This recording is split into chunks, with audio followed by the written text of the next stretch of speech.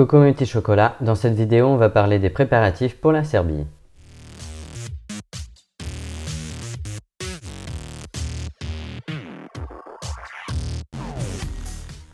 Alors déjà, je m'excuse de ne pas avoir fait de vidéo pendant 3 semaines. Je vous avais dit que c'était possible que ça arrive, mais en fait je comptais pas le faire à ce point-là. C'est juste que après je suis tombé malade et j'ai perdu ma voix. Et après j'avais besoin de me moucher H24, donc j'allais pas faire une vidéo en me mouchant tout le temps.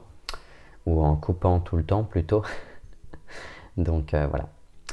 Alors, j'ai un message à faire passer pour Quentin de la part de Charlotte.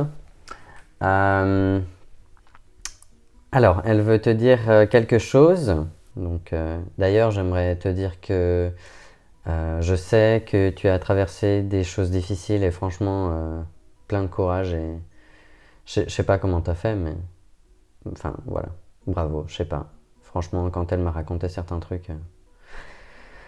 Voilà. Alors, Charlotte, elle veut te dire qu'elle sera toujours là pour toi, que tu n'es pas seul et que tu ne baisses pas les bras. Voilà. Et je pense qu'on t'envoie tous un petit peu ce message, hein, surtout. Voilà. On est là pour toi aussi. Si tu as besoin d'aide, tu as besoin de parler à quelqu'un, moi je suis là. Je suis dispo et tout. Voilà. Alors, repassons à la vidéo. Premièrement, donc pour la Serbie, hein, moi j'ai été voir mon chirurgien, comme vous le savez, il y a une vidéo qui parle de ça. Donc vous pouvez aller la voir si jamais.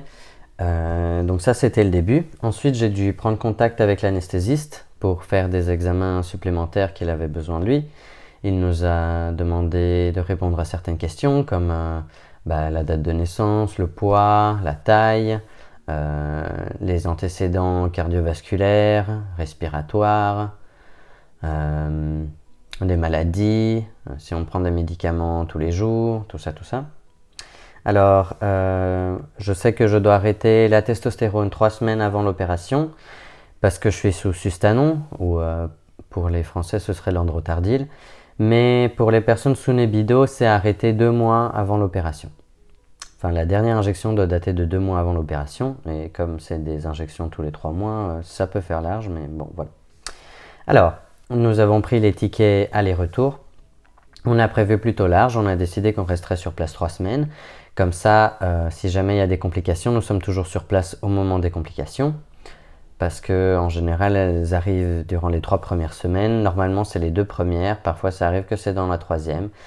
C'est aussi possible qu'il y ait des complications durant la 4e semaine, mais voilà, on ne peut pas non plus rester là-bas indéfiniment. On a pris 3 semaines, c'est déjà beaucoup. Et on va rester sur place tout le temps. Alors, nous arrivons sur place le jour avant l'opération. On reste 7 jours à la clinique du chirurgien. Il y a, il me semble, 3 jours en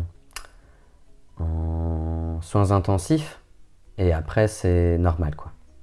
Et là, les prix, quand on n'est pas en soins hospitaliers tout court, c'est moins cher parce que quand je dis qu'on reste 7 jours à la clinique, donc il y a les 3 ou 4 jours de soins intensifs et après c'est juste normal, quoi. C'est comme si on louait une chambre quelque part, juste que les soins sont apportés directement puisqu'on est là, mais c'est pas des soins apportés tous les... Enfin, comment dire ? On devra retourner sur place tous les jours de toute façon, mais c'est pas des soins intensifs, quoi. Donc, voilà.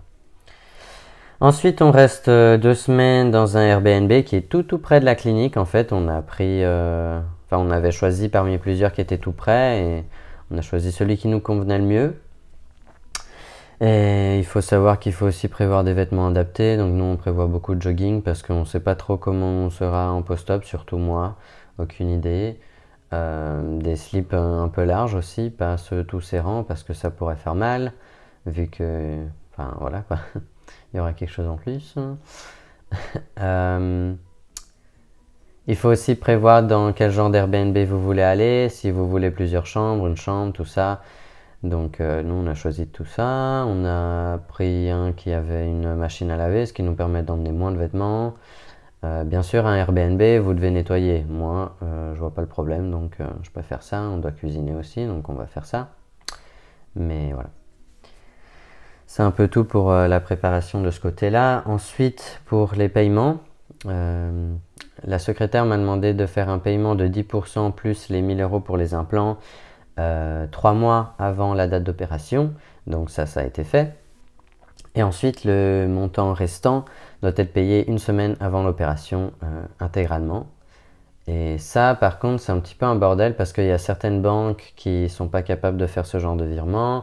Il faut aller surtout dans des banques internationales, donc pas la petite banque belge, quoi, malheureusement. Et il faut leur expliquer comment ça marche et tout, qu'il faut que ça aille d'abord en Italie, pour ici, quoi. D'abord en Italie, ensuite ça va en Serbie, mais c'est un compte serbe qui est en Italie, enfin... C'est un petit peu le bordel et il faut savoir qu'il y a des taxes à payer sur l'argent que vous envoyez.